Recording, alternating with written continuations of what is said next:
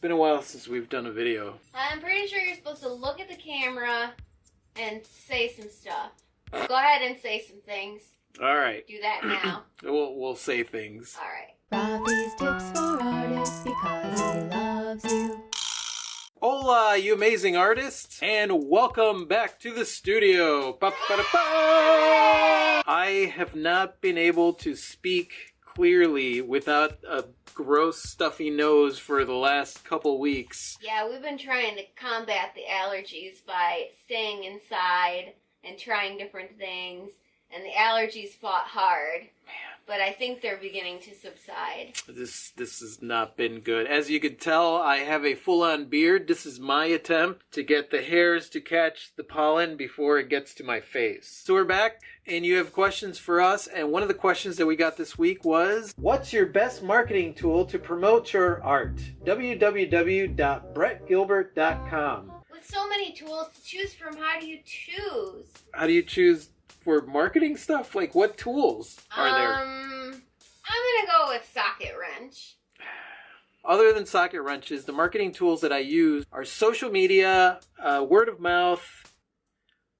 What marketing tools do we use? I never really call them marketing tools because we don't really do the whole pay for marketing thing. We just kind of do our thing and share it with people, and that to me is our marketing. Yeah, I would say our strongest marketing tool is word of mouth. Yeah, word of mouth is the strongest marketing tool. Get your stuff out in front of people. One of the benefits that we have as being artists, especially like with Clea and I, is that my product hangs prominently on somebody's wall. So that means that everybody that goes into that person's house gets to see me. For Clea, her product hangs on the people that buy it. And so anywhere that that person goes, other people get to see her. My jewelry hangs prominently on humans. Yes, prominently on humans. Obviously, if you're just starting out, then you don't really have that many pieces of artwork that are hanging out around town that are doing their own marketing for you. So you want to get there. And in order to get there, you need to show your work as much as possible. Call me old-fashioned, but I'd say the second best marketing tool for local sales is business cards. One of the business marketing courses that I used to teach back when I was doing corporate training is that with business cards, a lot of people hold on to their business cards as if they're gold. You know, they order like 500 and they want to make sure that they only give them out to 500 people that are going to buy. That's not how it works. If you look at business cards more in the line of the numbers game, you got to figure it this way. You get 10% response on every business card that you give out. From that 10%, you may get 10% sales. So that means that for every 100 business cards you give out, the potential to make a sale is there. One sale per 100 business cards. If you order 1,000 business cards and you give those business cards out, chances are you will get at least 10 sales from the 1,000 business cards that you have sent out. Now, those numbers are not super accurate. Of course, you may get more sales or you may get less sales, but those are the numbers that I follow when it comes to business cards or giving out any kind of marketing material. For every 100 pieces of something that I give out, I will get at least one response back, and I could count on that. It gives me a number to reach for. Give out 1,000 business cards and you know that you'll get 10 people that month. So what about for people who don't want to sell local and they want to sell online? For people that want to sell online, I really don't have any answers for you. I am still figuring that out myself. And there's a few things that we've figured out for selling online, but it's still a work in progress. Our online sales have really improved this year and last year, but it's been slow going for us. There's 3 things I do with the web shop that seem to work really well. Okay. One is have awesome, amazing photos. Second one is keywords, tags, item tags. Don't be lazy. I'm terrible. I'm lazy when it comes to keywords. That probably explains why you sell a lot more things online than I do. Yeah.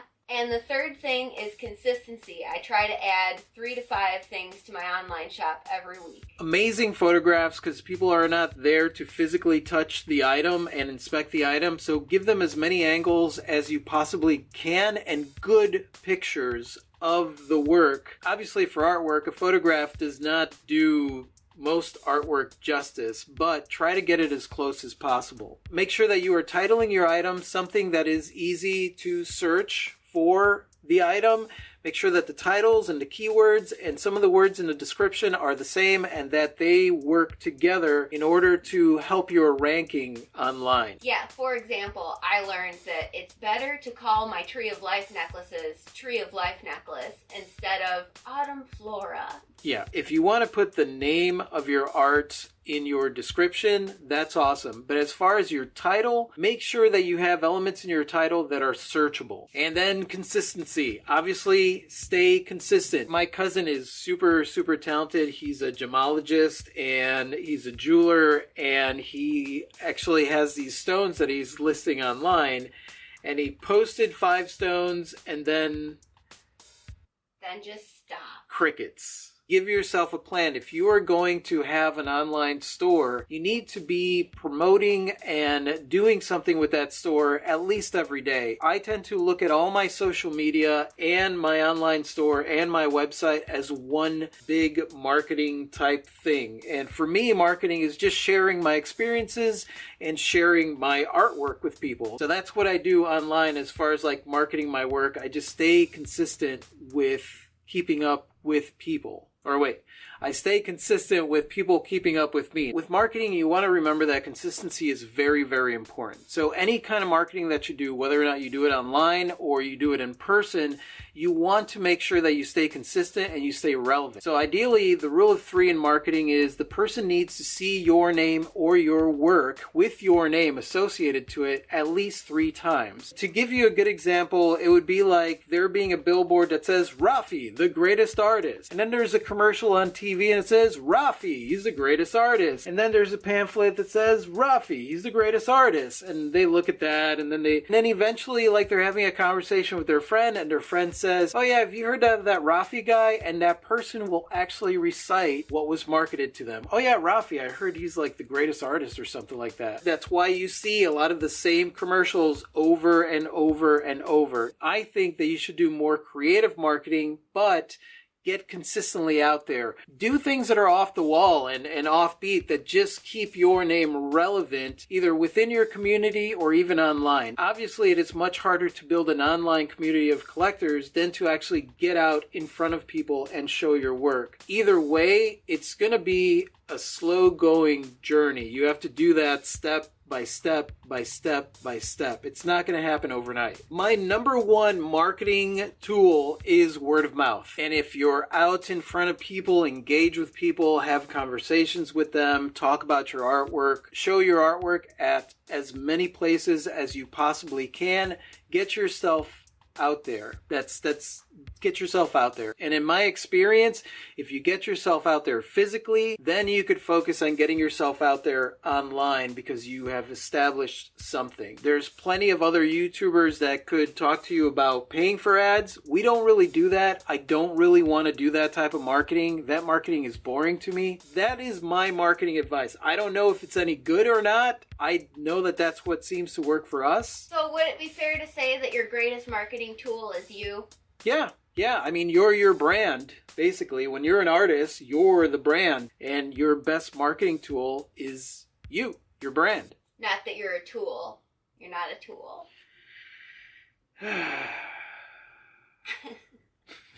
Use your winning personality and that big brain of yours to come up with awesome ways to show your stuff. Yes. Do that. And that's it, you guys. Hopefully I answered Brett's question. And if you have any more questions on marketing or want to pick our brains for, I don't know, whatever's in there, getting in there, go ahead and leave your question in the comment section below. And thank you so much for watching, you guys. We have totally missed you. We will get back to a consistent filming schedule pretty soon. I totally freaking adore you. You are awesome. And if you like this, you can subscribe by clicking over here. And that's it. Say goodbye, Clee. Good day. Adios.